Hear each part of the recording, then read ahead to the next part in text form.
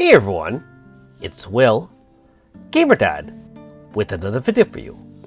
So in tonight's episode of Should You Summon, we'll discuss the various banners that came out with the Vermillion Fox, I guess, aka Alter Hozuki. Now, if you haven't already, make sure you like and subscribe to my channel. I really appreciate it. I also do have a Patreon account for those who want to support me this way. So keep in mind that this is an in-game update, not in the App Store. Just reload the game and it should automatically load up for you. And don't forget there's also normal style Shigiri's manifest, which I did just upload the first fight a few minutes ago. So we'll go right into it. The Fateful encounter has a special version, not just the regular version. It's got the Heroes of White Knight series. And so this one is kind of like a 7-day encounter. This one does last for a whole month, however, and it features 3 units, each of which are uprated to 10% on the last pull. Obviously, on pulls 1 to 9, however, there are no rate ups, which is actually quite surprising. So that's a little bit different than the 7-day encounter. Now, that being said, the odds are the same of getting Vermillion Whip Hozuki in this version of the Fateful versus her regular Fateful banner, which is also still a flat 10% chance. However, I'm not sure if the 4.5 or the normal style is uprated, and we'll take a look at that shortly. Like most Fateful encounters, you do have all the newest units here: Minoka, aka Tetra, Ify, Alma, and so on and so forth, AS Flam, and the list goes on, AS Nakoko, and so on and so forth. All the powerful units there, some of the ugly older units as well. Don't forget Lovely, she is, spoiler alert, getting an AS in Japan, so we'll have access to that. And of course, all the alters up to date are also here. Unfortunately, you do have the 3.5s, the 4s, the bots, Rainbow Sisters, and Knights. So, should you summon? Well, I guess the value really depends on whether or not you like getting Alter Hozuki as your 10% chance. The reason why I say that is that if you really wanted Alter Xion or Perfect Xion earlier, you would have spent some stones on the most recent banner where there was a 5% rate up, 1% for each of the 5 units. And same with Alter Hozuki, Alter Sukiya. She was available a while ago, and hopefully she is an old enough unit that you had her in some form. My general feel on this kind of Heroes of White Knight series, unless you really do need all 3 of them, and I do mean need all 3 of them, it's generally a pass for me. However, if you want the extra chances of a 10% chance of the Alter Hozuki, that is still not bad for you, being that if you get a dupe of Alter Xion or Alter Sukiya, that's never terrible, and a 70% chance of still getting other 5-star units, although random. Okay. And of course, we do have the standard Fateful for her 2 times as well. Note that there is no uprated unit, so only 0.8% pulls 1 to 9 and a flat 10% on pull 10.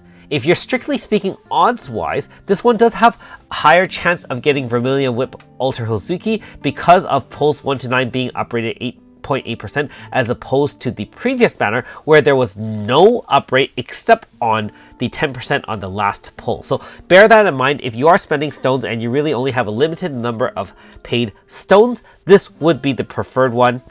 Same thing with all the other Fateful. All the units are here, albeit with the same mix of Rainbow Sisters, Knights, and bots. Okay, now the moment of truth. I'm guessing she is going to be shared because there is a manifest battle with this update. However, let's take a look. And yes, her Alter Hozuki is a flat 0.8% chance, and Shigiri normal style is 0.4% chance of the 4.5, 0.8% chance of the 5-star. So this is a shared banner, no rate up for normal style Hozukis. So unfortunately, if you wanted any form of Hozuki and tried to side grade that way with 3 opuses, this is going to be a lot harder. You only have 0.8% exposure, very similar to when Alter his Mina came out a while ago. Again, even though this is a free banner, Minoka and Tetra and Ify are still here. They are old enough now. Only the most recent units are not here. The most recent 2 banners. And so, honestly, I can't even remember. AS Garam is one of them, and there's one after that as well, which slips my mind, actually. It's been a while since I've actually kept track, because most of the time I'm not aiming for those. ES Mario, that's right. Okay, and unfortunately, you know the drill. Bots, Rainbow Sisters and Knights, let's go! Okay, so, should you summon on Alter Hozuki? Now, I did talk about Alter Hozuki a little bit yesterday. I was fortunate enough to have some of my subscribers share some information with me as to her mechanic, although I think I would have to still play around with her, no pun intended, in terms of if I ever get her in the future, in order to really try her out. Again, she does have 3 different stacks. You'll need to stack 2 different ones, a Moonlight and a Cherry. And then you convert that with one of her moves to a Sake cup, which is her 3rd stack. And you'll need two of those cups stacked in order to do maximum damage. And my understanding is it does consume those. So it is like a very complex AS unit where you only have, stack up a couple of stacks, convert them, and then do a one-shot kill, so to speak. And her one-shot kill is very powerful. For those who already had AS Hozuki, you know the power of that one-shot kill with is it Crimson Fox or whatever it's called. In this case, she does have a different, form called Heaven Fox, and so same idea. She'll have to, change from regular state to the Heaven state, and then when in Heaven state, she can do the maximum damage, and then she removes it. So you'll have to actually balance your moves in order to kind of, allow yourself to stack the different types of stacks. And there are 2 different moves; they don't stack together. And then you will use your 3rd DPS move to kind of consume them all and do a ton of damage. So feels a little clunky to me, although as I said, in practice I don't know if it's much easier to stack those and do it one-shot kill, as opposed to, for example, something like an AS Suzette, which you can just press the one move 1 or 2 times, and then you just press the other move as a spam move. This one has to do a lot of AF piano playing, and that might not be for everyone. And the fact that she can't maintain the high DPS for every move once she gets enough stacks is a downside. Now that being said, she does have some offensive support. Power, int, and crit damage of all party members plus 50%, and weapon damage of all party members for 50% up. And if she is in her Heaven Fox state, the buffs increase, and so I believe it'll be 80, 80, 80, 80, which is actually quite powerful. Like, any crit damage boost is actually quite nice. Remember that crit damage is not capped in terms of boosts as opposed to things like power, int, and speed and weapon damage. Those are capped at bonuses of 100%. However, if you get multiple stacks of crit damage up, you can really see your damage skyrocket if you can guarantee crit. And there are so many ways to guarantee crit. She can guarantee crit for everybody, or you have like void weapons, Elpis weapons, and other units that can do it. Now, one last thing I want to mention, she does have a preemptive Pierce stance move, and increases weakness multiplier, which can abuse any enemies that are weak to either pierce or fire in her case. However, this one is has the advantage over AS Yukino, in that AS Yukino, don't forget that she can only establish her Pierce zone when there are no zones present, but that one has a lot more abilities with it as well, which is like type shield up, and other boosts like max HP up, break, if so on and so forth. So there are some advantages and disadvantages if you want to compare the two. I would say that AS Hozuki or Alter Hozuki is quite damage oriented, and of course AS Yukino is quite a bit more defensively minded, which personally I prefer. You can always get a lot of different DPS, but very powerful defensive and supportive units are harder to find. Overall, she does have weapon break pierce. So one last thing to mention. I think the overall feel I get is that she is a luxury pull.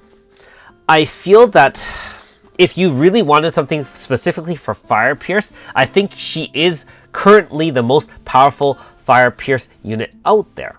Now, however, there are units that can convert and be flexible, aka alter his mana, and there are units that can convert and change elements, aka AS Nekoko. So there are ways around it if you really need high-end fire DPS. And don't forget, you also had Minolka just come out a recent while ago, as well as other powerful fire units.